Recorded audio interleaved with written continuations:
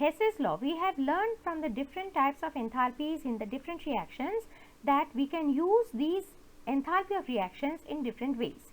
Based on the different types of enthalpies, we now come down to deriving or understanding Hess's law.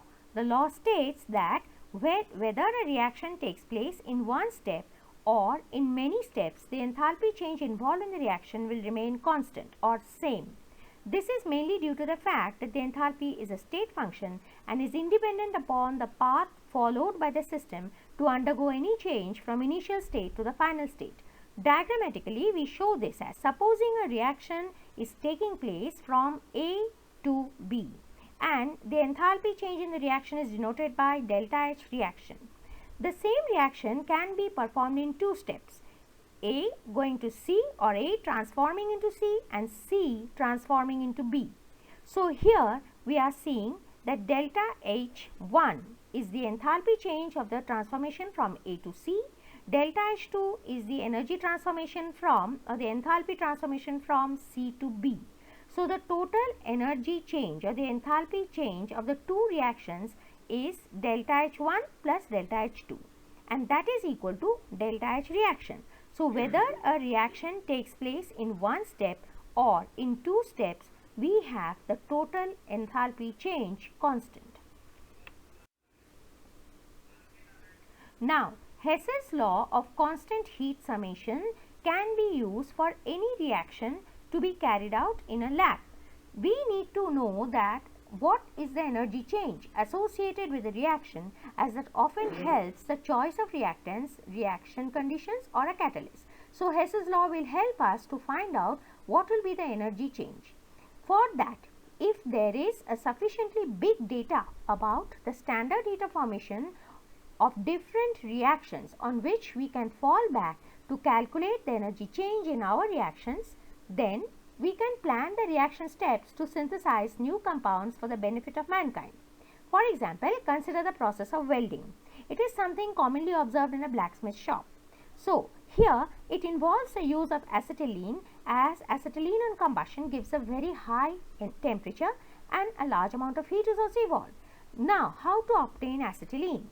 We have a data of obtaining acetylene by these different reactions. The first one you can see, calcium carbide reacting with steam. This is steam. Over here it is liquid, though it is written as liquid at very high temperature, giving you CaOH twice and acetylene. Now, calcium hydroxide when heated gives us calcium oxide and water.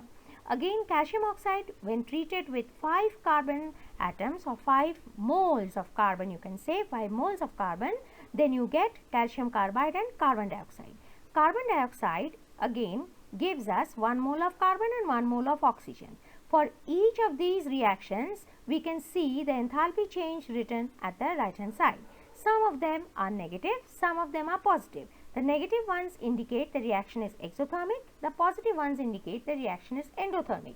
The last one, hydrogen plus oxygen, giving me water. This is again an exothermic reaction. It involves evolution of a large amount of heat. Using all these reactions and without going into the lab immediately, can we not find out the enthalpy change in the preparation of acetylene? Let us see how.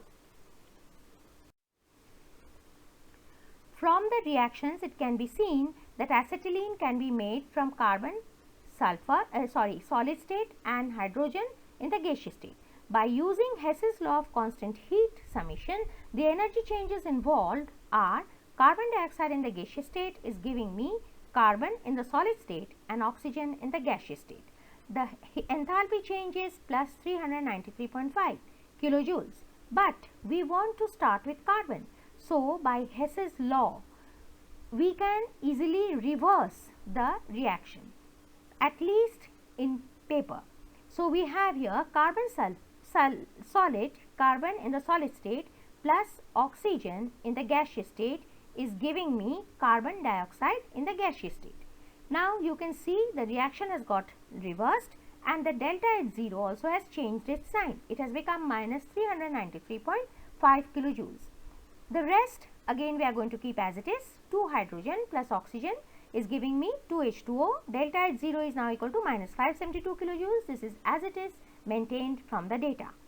The third reaction is again CaC2 plus 4H2O. This is again as it is maintained from the data, and we are having delta H0 equal to minus 252 kilojoules. From this equation it is clear that we need, here you can see 4 carbon moles, that is 4 moles of carbon and 8 moles of hydrogen atoms. So we can say we are going to make 2 moles of acetylene by using 4 moles of carbon atom, 8 moles of hydrogen atom. Let's see further. Again, when calcium hydroxide is heated, we get calcium oxide and water. The delta H0 is positive, and calcium oxide when treated with 5 moles of carbon, it gives me calcium carbide solid, and carbon dioxide delta H is again positive, indicating it is an endothermic reaction. Now, if we were to sum up all these reactions and their enthalpy changes, then we get this value plus 453.1 kilojoules. We are adding up all the right hand side delta H0 values. Next, we are getting the equation after cancellation of the common terms. 4 moles of carbon solid plus 4 moles of hydrogen gas is giving me 2 moles of acetylene gas. But I want to prepare only 1 mole of acetylene gas, and what is the enthalpy change for that reaction? So if you divide the whole reaction by 2, 4 divided by 2 will give me 2 moles of carbon solid, 4 again divided by 2 will give me 2 moles of hydrogen gas. It's giving me C2H2, and here I am going to get delta H0 equal to plus 276.5 kilojoules. So I have got here now preparation of acetylene involving an energy change of plus 276.5 kilojoules.